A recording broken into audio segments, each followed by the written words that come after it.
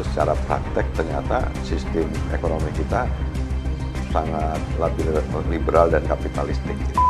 Saya rasa memang kalau ini harus ada revolusi. Revolusi apa? Revolusi mental, perubahan sistem ekonomi kita. Oh, gimana caranya? Ya memang harus. Mulai dari mana? Kekuasaan yang ada itu harus memberi kesempatan kepada equality itu untuk menjadi indikator pembangunan republik ini. Di banyak negara, kekuatan rakyat ini berhasil mendesakkan satu cita-cita perubahan. Ya. Elitnya ikut rakyat.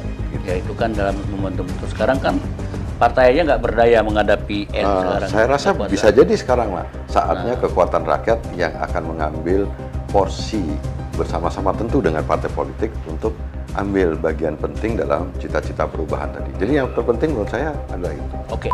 Enggak, dalam era demokrasi menjadi hal yang wajar kita berkumpul, kemudian menyatakan pendapat, bahkan juga melakukan demonstrasi untuk menyampaikan tujuan besar tentang perubahan atau revolusi sistem ekonomi.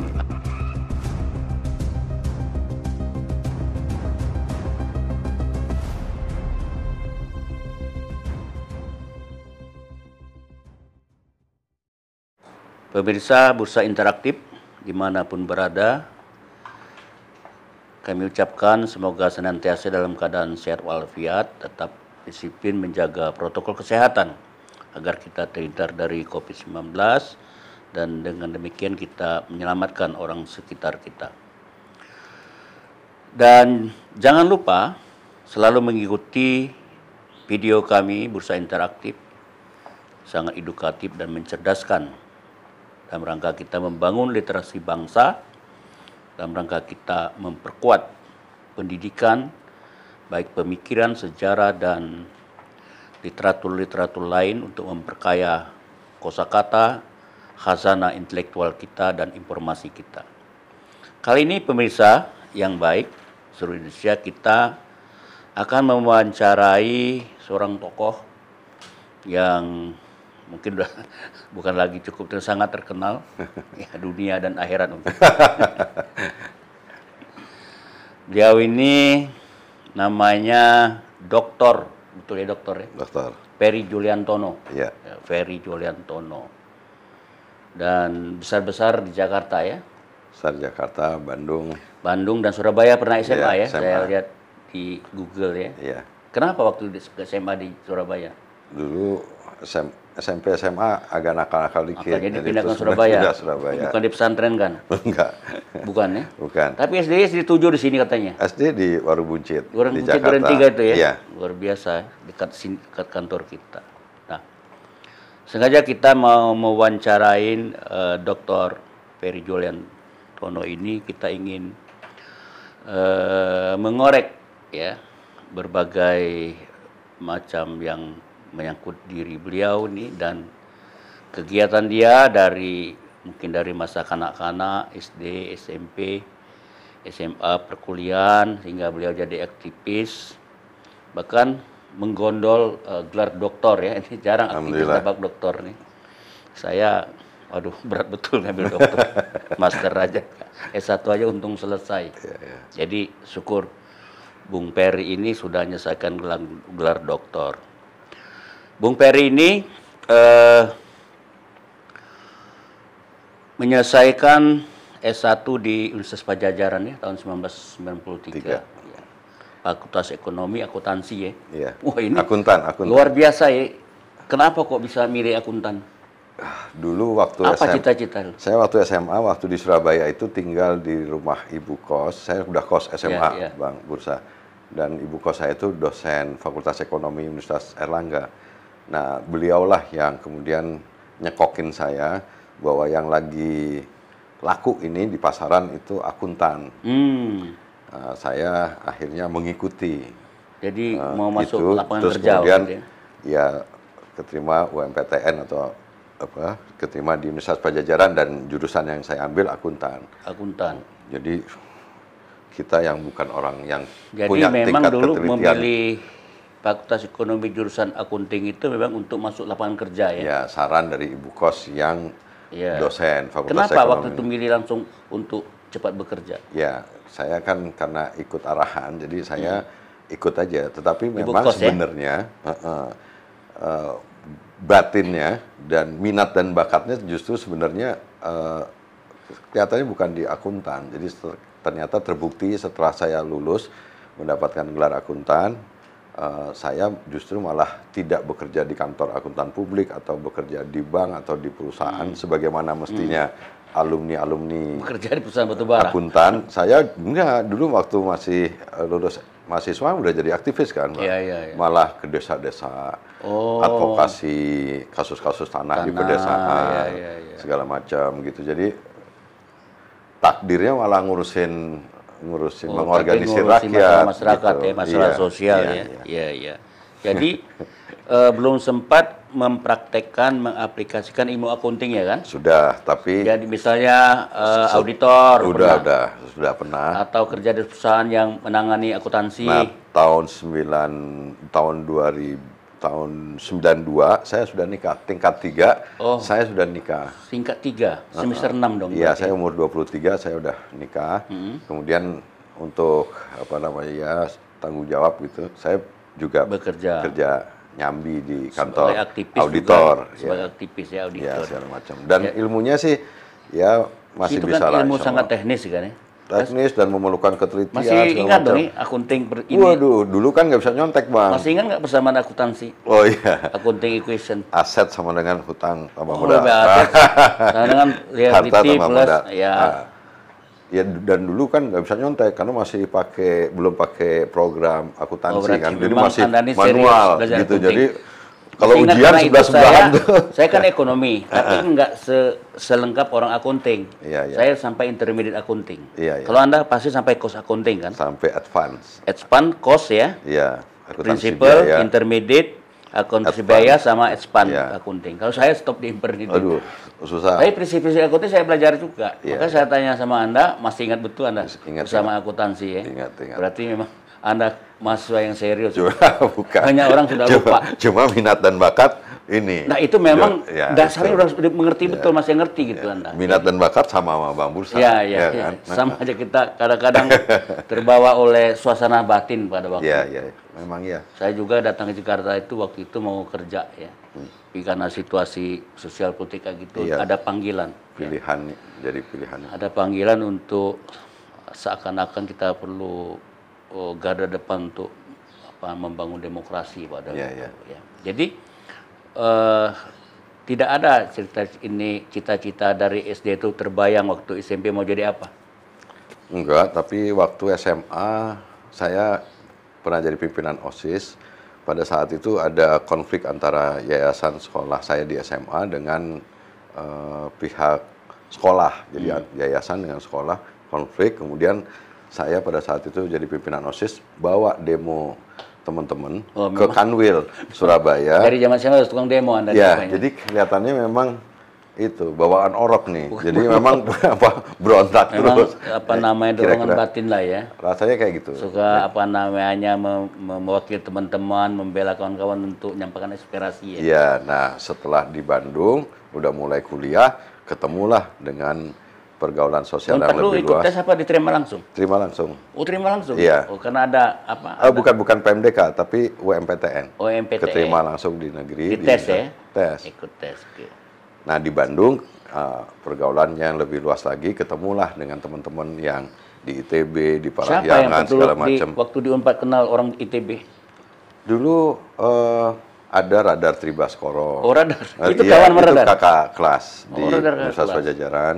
Kemudian di Bandung ada Jumhur, Saganda mungkin ya? Saganda. Udah kenal sama Saganda dulu? Iya. Jadi sejak Fajrul Rahman gitu segala macam. Fajrul Rahman masih teman nggak sekarang? Masih lah, teman kan harus tetap berteman.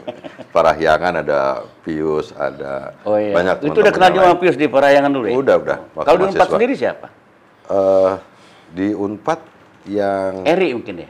Erik udah kenal senior? Erik di atas kakak kelas. Iya, senior kan? Yudi Krisnandi segala macam. Peri Mursidan Baldan ya? Saya belum sempat ketemu. Dulu aktif di ekstra universitas? Saya enggak. Enggak, intra aja ya? Justru dulu agak dimusuhin oleh teman-teman.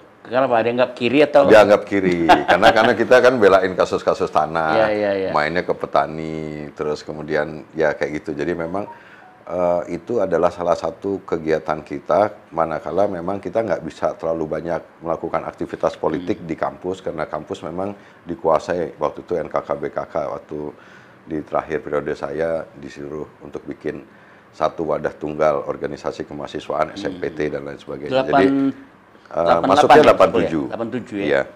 Nah, 87 akhirnya itu kita melakukan aktivitas politiknya di luar. Dan kebetulan pada saat itu memang banyak sekali kasus-kasus tanah yang perlu kita advokasi, buruh, kemudian yang kayak gitu-gitu. Dan itu yang kemudian akhirnya saya mendapatkan satu pengalaman, satu pengayaan pikiran yang tadi di SMA sudah ada bakat berontaknya, ketemu dengan kasus-kasus yang empirik gitu, dan pengalaman-pengalaman yang membuat saya akhirnya saya ingin belajar lebih banyak. Gitu. Akhirnya kita mulailah, mungkin Bang Bursa sama kan, kita pelajari buku-buku dulu karena masih baca buku kan. Buku apa semua buku-bukunya ini ya kayak gini-gini lah. Semua udah kita baca. Kamu yang paling suka dulu zaman mahasiswa? Buku-buku Tan Malaka, buku-buku Tan Malaka. Pasti pernah baca buku pledoinya Fidel Castro. Ya, jadi banyak memang dulu dalam rangka mengadvokasi kegiatan-kegiatan di masyarakat, di petani, buruh dan lain sebagainya. Memang banyak referensi dari negara-negara Amerika Latin yang kita jadikan referensi. Paulo Freire dan segala macam itu kan menjadi semacam rujukan kita bagaimana mengorganisir kekuatan rakyat dan lain sebagainya gitu. Karena di negara kita nggak ada buku-buku kayak gitu kayaknya. Nggak ada. Nah akhirnya ya karena tuh ya banyak teman-teman yang anggap kita kiri, padahal sebenarnya nggak. Saya dari keluarga Muslim, kemudian ya sebenarnya jarang berinteraksi dengan sering ekstra universitas yang cuma ekstra itu HMI misalnya. Cuma dulu waktu tahun sehingga Anda dituduh kiri gitu loh. Dulu kan teman-teman di ekstra itu relatif agak bukan kurang berani, tapi belum mau menggunakan cara-cara berdemonstrasi. Itu karena senior-seniornya kan Orde Baru kebanyakan. Iya, jadi itu juga yang mungkin mengakibatkan perbedaan kita dalam melakukan gerakan di dalam kampus. Tapi begitu periode setelah 90-an menjelang reformasi, saya pikir pertautannya itu udah antara yang ekstra maupun yang non ekstra, kita semua sudah campur karena punya ide, punya cita-cita yang sama. 90-an ya? 90-an. Tapi sebelumnya itu memang berjarak lah ya? Iya, karena memang terlalu kuat dominasi kekuasaan di kampus. Kalau kan Anda tidak aktif di ekstra universitas, pasti ada senior dong di atas. Siapa senior yang dikenal yang sering membriefing, mempuding gitu loh? Membrief pikiran-pikiran, gerakan, kalau ITB kan ada mungkin Rizal Ramli, ada Indro Cahyono, misalnya. Di Unpad siapa? Di Unpad dulu ada Pak Suripto. Pak Suripto. Oh, itu dia Unpad ya? Unpad. Oh, itu guru besar kalian dulu ya? Apa namanya? Iya, karena sama-sama di Unpad. Suripto PKS ya? Pak Suripto Oh, udah lama kenal sama dia ya? Udah sejak mahasiswa. Terus kemudian ya ada Radar Tribaskoro, ada... Oh, Radar udah lama kenal ya? Iya, dia dulu kakak kelas gitu. Radar kakaknya Radar Pancadahana ya. Sering kesini Radar. Kawan kita lah sering ceramah. Nah, terus? Ya, terus ya kalau di pernah dulu nama Pak Rizal Ramli dari sejak saya mahasiswa lah. Pernah Indro Cahyono Indro ya. Pernah memimpin senat mahasiswa? Waktu tahun 90 itu sebelum ada Senat Mahasiswa Perguruan Tinggi, namanya ada Senat Gabungan. Nah, saya pernah menjadi pelaksana harian untuk jadi Senat Gabungan. Jadi itu transisi Senat Gabungan ke SMPT. Gitu. Jadi waktu itu mungkin ada pertarungan. Anda kan selalu bertarung kayak begitu kan? Ada. Ekstra sama kelompok independen misalnya. Ya, mungkin Anda dibilang kelompok independen mungkin ya? Kelompok independen, dan pada saat itu kita melawan institusi resmi, dalam hal ini universitas. Ini Purek 3 maksudnya? Purek 3 ya kan, Pak Profesor Himendra almarhum. Purek 3 itu bidang kemahasiswaan kan? Itu yang itu kita berantemnya dengan itu. Nah kemudian setelah kita bisa menguasai kampus, ya alhamdulillah kita bisa bersinergi dengan kelompok-kelompok yang lain, kita bangun kekuatan di dalam kampus. Itulah yang tadinya kita gerak dari luar, kemudian setelah kita kuat, akhirnya kita bisa menguasai kampus, dan kemudian dari dalam kampus lah kemudian kita bersama teman-teman yang lain ya ada gerakan mahasiswa pada saat itu. Jadi selesai tahun berapa? Tahun 93. 93 itu ya. Tapi 93 saya lihat di website Anda pernah ditahan. Iya, jadi tahun 93 ada pertemuan mahasiswa aktivis se-Jawa. Itu masih mahasiswa ya? Masih mahasiswa. Belum selesai ya? Iya, dan pada saat itu menjelang sidang umum MPR. Tahun 93 itu Pak Harto Orde Baru lagi kuat-kuatnya itu. Tetapi pertimbangan kita kemarin waktu tahun 93 itu memang harus ada yang mengingatkan kembali supaya Pak Harto jangan mencalonkan jadi presiden lagi. Itu sudah cukup gitu. Dan akhirnya perwakilan mahasiswa se-Jawa gitu kita memberanikan diri untuk melakukan demonstrasi, di Jakarta. Di Jakarta, di DPR. Di MPR-DPR. MPR-DPR. Iya, pada saat bulan berapa itu? Bulan Maret. Bulan Maret ya. Maret 93. Pada saat itu wah kekuatan aparat sangat kuat. Jadi memang sudah ya kita hampir pasti ditangkap lah. Tetapi yang terpenting adalah kita memang mau menyuarakan supaya Pak Harto jangan mencalonkan. Jangan cukup lagi lah, cukup gitu lah ya. Udah terlalu lama ya. Ya akhirnya saya ditangkap. Yeni Rosa Damayanti dan teman-teman. Tapi nggak sempat diadili? Nggak sempat karena pada saat itu kelihatannya terjadi apa ya? Berapa lama ditahan dulu? Beberapa hari aja. Berapa hari? Iya. Tapi kebetulan. Apa perasaan Anda waktu ditahan? Kebetulan Pak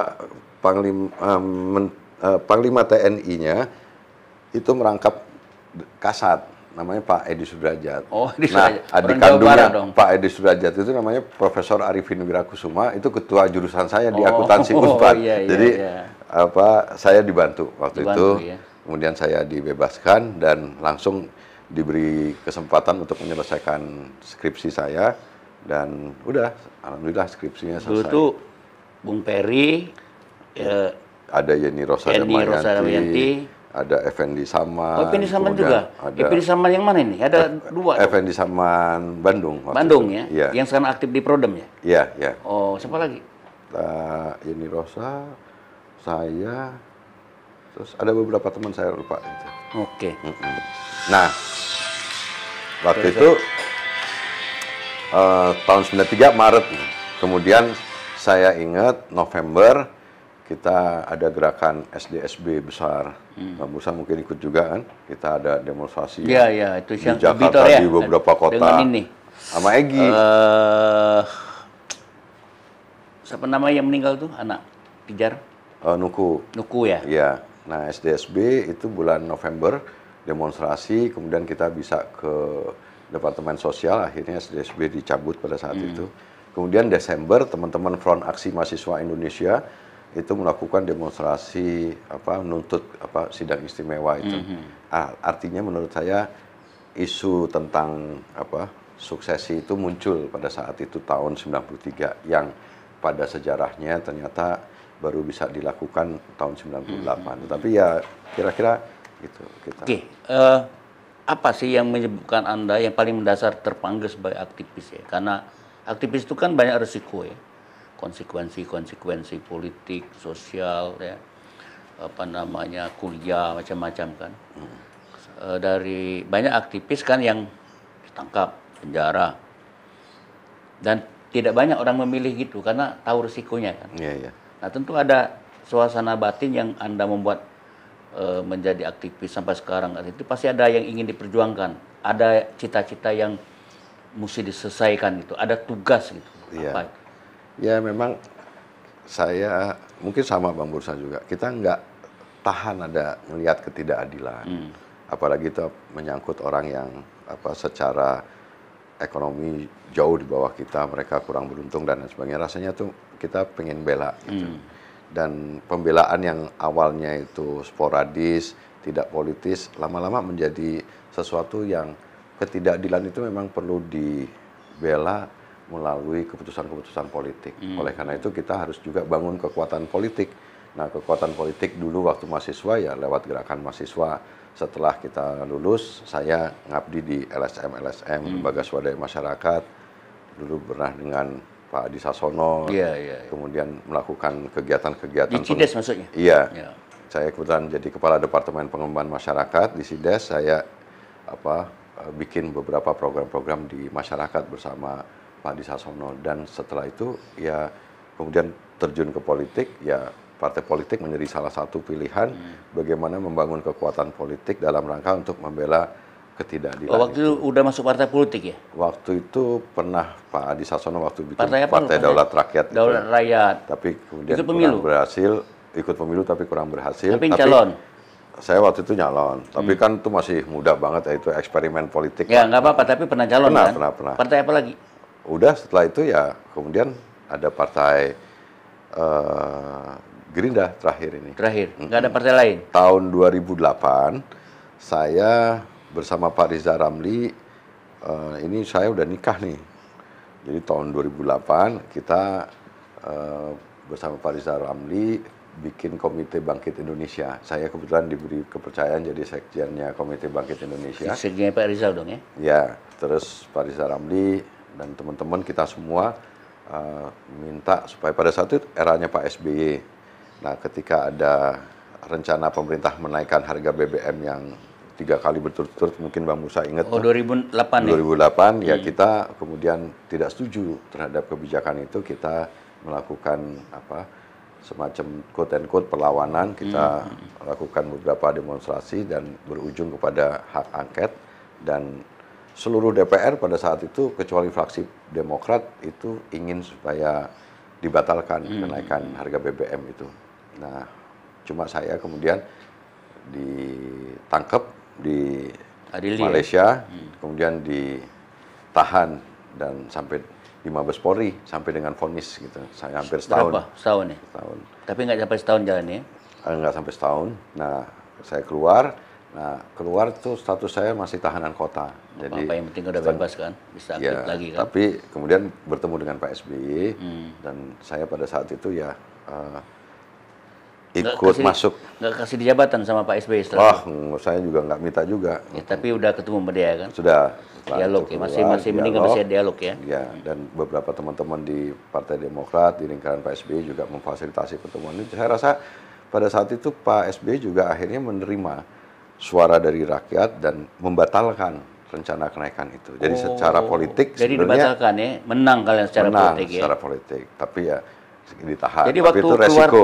Itu resiko, saya tahu betul resiko itu, ini sebagai aktivis. Dan Anda juga tahu kan, waktu bicara dipanggil Pak SBY itu apa pembicaraan? Ya, apa namanya, dia, mungkin cair aja, cuma mohon maaf, Pak saya Peri, pun juga mungkin tidak pernah. Ada nggak bilang, mohon Pak Peri itu bukan saya, ada nggak kira-kira gitu? Ya, kita sebagai aktivis, sebagai pejuang ini kan juga memang mendasarkan, kalau kita menentang kebijakan, itu bukan berarti kita juga benci sama orangnya. Kita harus mulai mengedepankan bahwa yang kita tentang adalah kebijakan. Kebijakan ya. Orang, saya membiasakan untuk tidak kita benci kepada orangnya, karena itu membuat kita tidak objektif. Oleh karena itu, pembicaraan saya dengan Pak SBY pada saat setelah saya keluar dari penjara, ya menurut saya pembicaraan yang sayanya juga santai-santai aja, meskipun di penjara dalam era Pak SBY-nya pun juga bisa berdiskusi dengan saya. Sejak dialog dengan Pak SBY itu sering rutin dialog sama beliau? Ya, kadang-kadang nggak rutin lah. Kenapa nggak diajak ke Partai Demokrat? Saya diajak. Kenapa nggak mau? Saya waktu itu sempat pernah. Ya? Tapi nolak. Tetapi saya kemudian ingat waktu saya di penjara itu, Pak Prabowo dan teman-teman dari Partai Gerindra, Pak Prabowo dan teman-teman dari Partai Gerindra sering beberapa kali mengunjungi saya, kemudian bantu, dan saya pada saat itu juga sebenarnya sudah ditawarkan untuk ikut di Partai Gerindra, tetapi saya belum memutuskan. Tapi pada tahun 2013 saya akhirnya memutuskan untuk bergabung di Partai Gerindra. Tapi 2009 belum jadi anggota ya? Belum, masih di penjara 2009. Ya. Saya keluar baru 2009. Kemudian ya 2013 saya akhirnya memutuskan masuk ke Partai Gerindra. pada saat itu saya diberi kepercayaan oleh Pak Prabowo untuk menjadi ketua Gerindra di Provinsi Jawa Barat. Ya, saya ikutin tuh. Terus kemudian alhamdulillah 2013 ya. 2013, 2014 pemilu, alhamdulillah hasil pemilu legislatifnya Partai Gerindra juga bagus. Hasil pemilu presidennya juga di Jawa Barat menang. Pasangan Pak Prabowo dan Pak Hatta Rajasa 2014 menang 60%. Iya, saya ingat tuh 60%. Nah, mungkin setelah itu ya 2015 saya diberi kepercayaan jadi wakil ketua umum sampai sekarang di DPP sampai sekarang. Oke. Itu kan lika-liku jalan ya sebagai manusia, sebagai aktivis. Ya. Jadi nggak linear ternyata kan.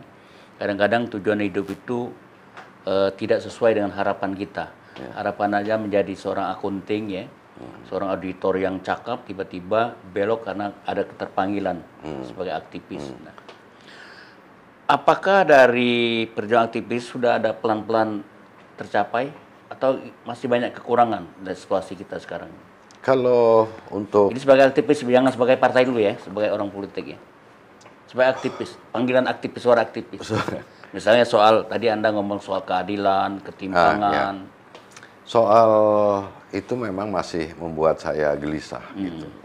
Meskipun saya di partai politik sekarang menempati jabatan, ya lumayan lah sebagai wakil ketua umum dan Partai Gerindra sekarang dikategorikan sebagai partai besar.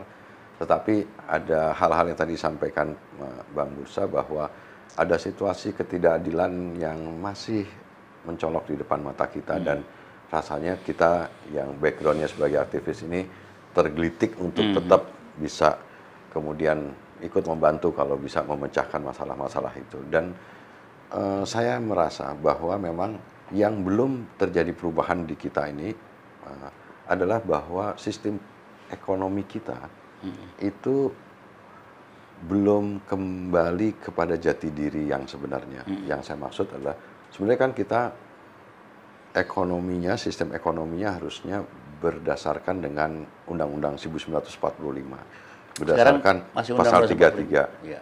Udah berubah dikit lah ya. Undang-undangnya masih, pasalnya juga masih, tetapi udah berubah dong, kemudian secara praksis, itu secara praktek ternyata sistem ekonomi kita sangat liberal dan kapitalistik. Itu yang menyebabkan, kan? Ya, yang menyebabkan semua indikator pembangunan kita semua diarahkan kepada satu tujuan mengenai soal pertumbuhan ekonomi. Nah, pertumbuhan ekonomi ini kurang mengedepankan aspek-aspek equality, pemerataan, yang menurut saya inilah harusnya sebenarnya saya ingin sebagai aktivis, sebagai orang partai, saya harus memperjuangkan ini. Karena memang sekarang soal pemerataan ini jarang. Dan apalagi kemudian pelaku-pelaku ekonomi kita, ya? Saya rasa memang kalau ini harus ada revolusi. Revolusi apa? Revolusi mental, perubahan sistem ekonomi kita. Oh, gimana caranya itu? Ya memang harus. Mulai dari mana? Kekuasaan yang ada itu harus memberi kesempatan kepada equality itu untuk menjadi indikator pembangunan republik ini. Ya caranya gimana? Ya, ini kan mau merubah sistem politik itu mesti ada sistem berpikir. Ya harus kita rombak total. Ya. Merubah strategi kebudayaan, lalu jadi ada pendidikan. Ada dua kerjaan yang oleh karena itu saya akan memanfaatkan posisi saya sebagai orang partai untuk bekerja di elit, suprastruktur kekuasaan supaya sistem ekonomi kita juga kembali ke pasal 33 itu.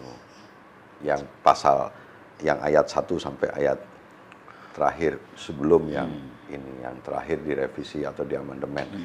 Nah, ada kemudian kerja saya sebagai aktivis untuk tetap membangun kekuatan di infrastruktur di rakyat. Saya tetap sekarang ngurusin Dewan Koperasi Indonesia, saya sebagai Wakil Ketua Umum Dewan Koperasi Indonesia. Kemudian saya juga aktif di Asosiasi Pedagang Pasar seluruh Indonesia.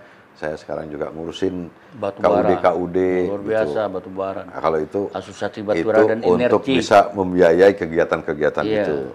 Nah, Kenapa saya tetap mempertahankan aktivitas saya di Dewan Koperasi Indonesia, di pedagang pasar, dan di KUD? Karena memang saya merasa inilah sebenarnya kekuatan yang selama ini ditinggalin oleh Anda masih percaya sistem sama koperasi? ekonomi. Saya harus percaya, karena Karena itulah.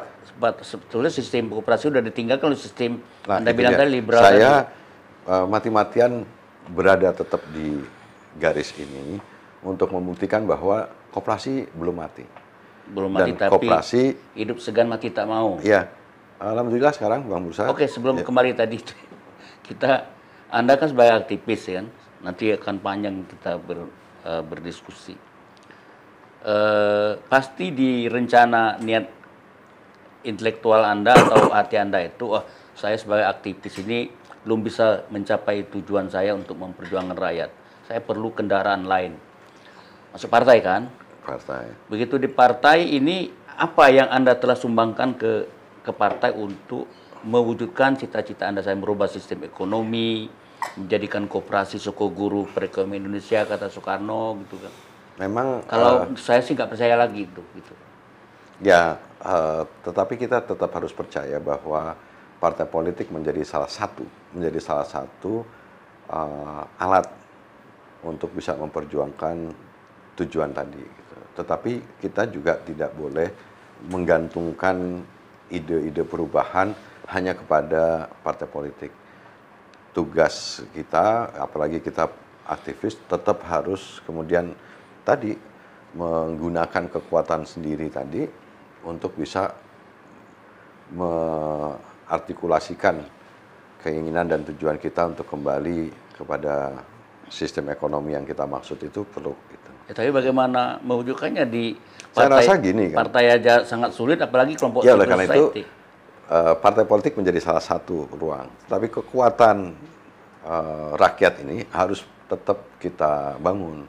Karena memang kekuasaan itu kan adalah merupakan hasil dari relasi dinamika antara kekuatan elit dan kekuatan rakyat. Dan menurut saya ini harus tetap terbangun kekuatan rakyat ini, karena belum tentu kalah juga. Di banyak negara kekuatan rakyat ini berhasil mendesakkan satu cita-cita perubahan. Ya. Elitnya ikut rakyat. Gitu. Ya itu kan dalam momentum itu. Sekarang kan partai aja nggak berdaya menghadapi sekarang. Saya rasa kekuasaan. bisa jadi sekarang lah saatnya kekuatan rakyat yang akan mengambil porsi bersama-sama tentu dengan partai politik untuk ambil bagian penting dalam cita-cita perubahan tadi. Jadi yang terpenting menurut saya adalah itu. Oke, gimana caranya kalau Anda masih percaya dengan seperti itu? Tadi Anda gelisah dengan sistem ekonomi kan? Sistem ekonomi maksudnya sudah tidak sesuai lagi dengan Undang-Undang Dasar 45 dengan Pancasila. Ya. Itu sudah berlangsung lama sebetulnya. Iya, saya sebenarnya konsisten sih, Bang. Dari waktu aktivis, Bang Bursa juga tahu kita selalu mengkritisi kebijakan ekonomi. Tapi kan tahun 98 terjadi perubahan hanya di demokratisasi di bidang politiknya. Ya. Tapi di demokratisasi di bidang ekonominya menurut saya belum. Nah ini sebenarnya sisa yang sebenarnya sebagai aktivis pro-demokrasi menuntaskan ini sampai ke demokrasi ekonominya. Ya partainya kayak gini gimana cara menuntaskannya? Ya menurut saya karena partai salah satu pilar partai tetap kekuatan ya, tetapi bernegara. Sebagai aktivis kita punya kok teman-teman yang kemudian punya cita-cita yang sama. Menurut saya juga dalam era demokrasi menjadi hal yang wajar kita berkumpul, kemudian menyatakan pendapat, bahkan juga melakukan demonstrasi untuk menyampaikan tujuan besar tentang perubahan atau revolusi sistem ekonomi. Apa masih memungkinkan situasi sekarang demonstrasi seperti Anda dulu kan? Ya. Karena secara bebas, sementara ada undang-undang ITE, kawan Anda yang dulu tahun 90 sudah baru keluar kan? Ya. Pasangan sama Jumhur. Mungkin menurut saya inilah yang harus menjadi kesadaran. Itu bisa jadi sama seperti dulu waktu di Orde Baru kan kesadaran itu muncul hanya subjektif ke orang per orang. Tapi ketika kesadaran itu muncul menjadi kondisi kenyataan objektif, hampir semua orang merasakan hal yang sama, itu bisa jadi kekuatan. Dan saya rasa sekarang orang juga merasakan ya, apalagi dalam situasi pandemi COVID-19 ini juga banyak di antara masyarakat kita yang menjadi kurang beruntung, turun kelas, mereka tambah miskin dan lain sebagainya.